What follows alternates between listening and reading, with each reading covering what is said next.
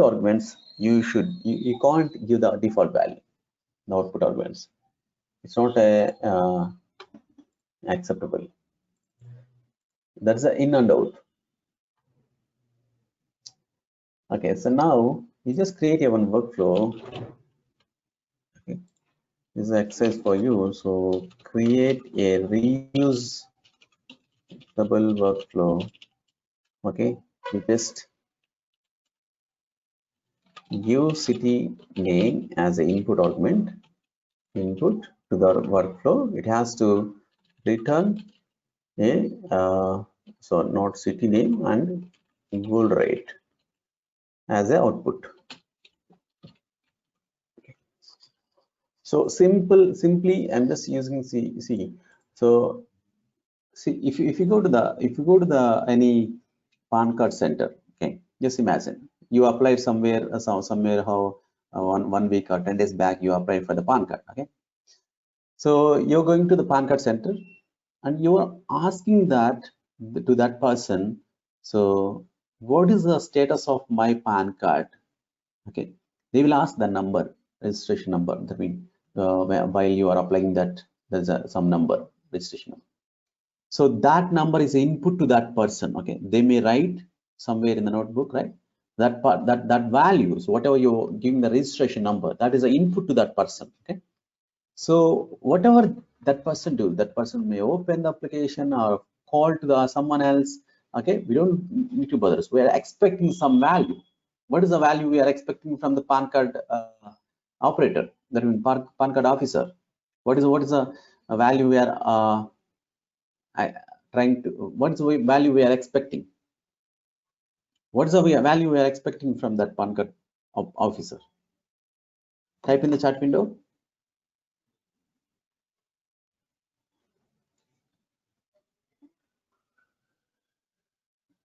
See, again I will tell.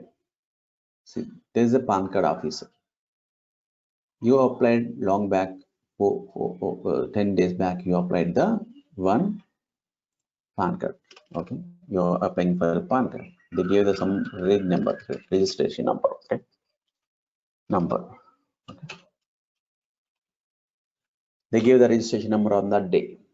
Now you go to the PAN card office and you're asking, what is the status of, this is a question. Okay, what is the status of, what is status of my PAN?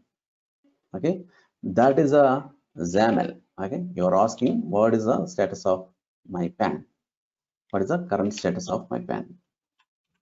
What is current status of my PAN? This is the one XAML. This is one question you are asking. Okay. The XAML is like an officer, just officer. Okay, so if you ask this question, they will ask anything or they will tell immediately? They will ask anything. What they will ask to you? What they want to check the status? They will ask the rig number.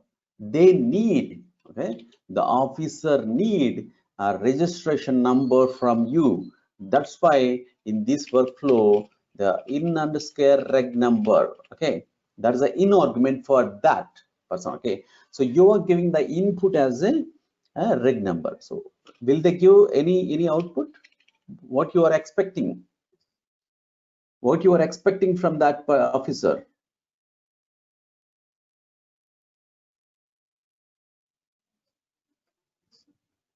Status, excellent. Okay, the status.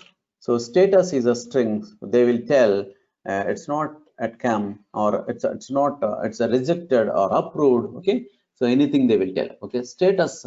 They were expecting anything from that workflow to outside. Okay, to outside in the sense the status is you require that status. Okay, based on the status you may decide something else. Okay, so then to store that status to you, you should have a variable. Okay, that is the out argument. This is the out. They will tell outside the status of that PAN card. That is the out. So whatever they need, that is the in. So whatever process what they will do, we don't need to bother about that.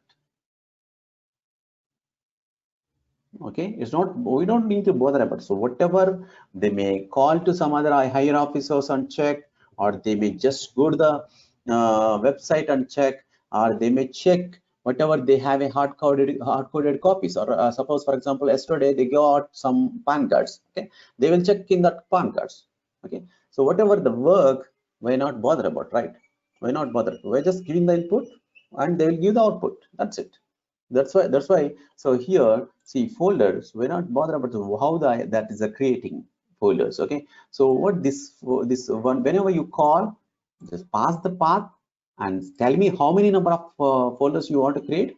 I will create for you. Okay, that is the workflow this workflow is telling about. Okay, tell the path where we have to create, tell the number of folders, how many number of folders you have to create.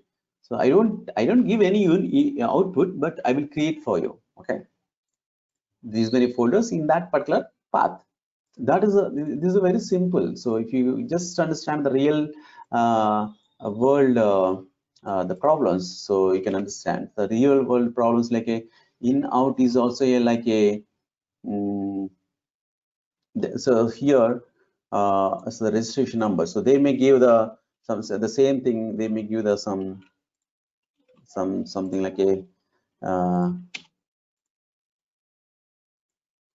registration receipt.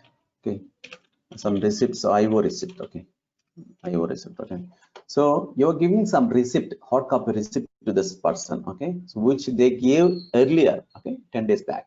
The same workflow. This is the IO, input output argument. Okay, so you are giving the one receipt, a physical receipt to that person. Okay, they will just stamp that receipt. Okay, approved or rejected. Okay, they will just give the some stamp and do some signature and give it back to you only. Okay, the same receipt they're giving back. So whatever receipt you gave to them, they're just updated in the sense they just give the signature and they just updated the status by just pressing the stamp, that means approved or rejected.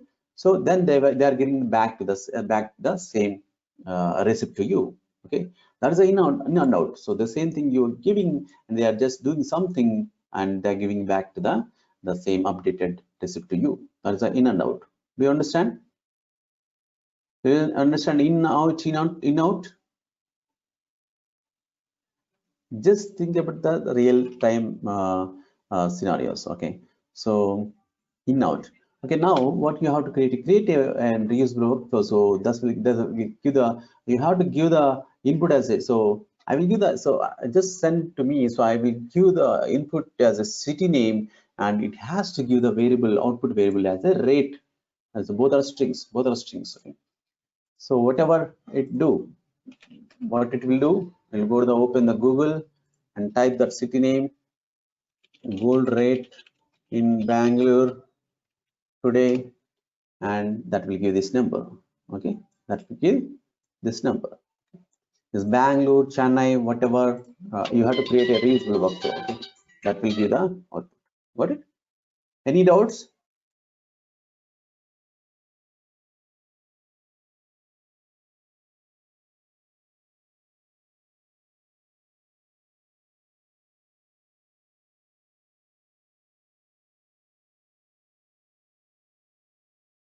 Any doubts?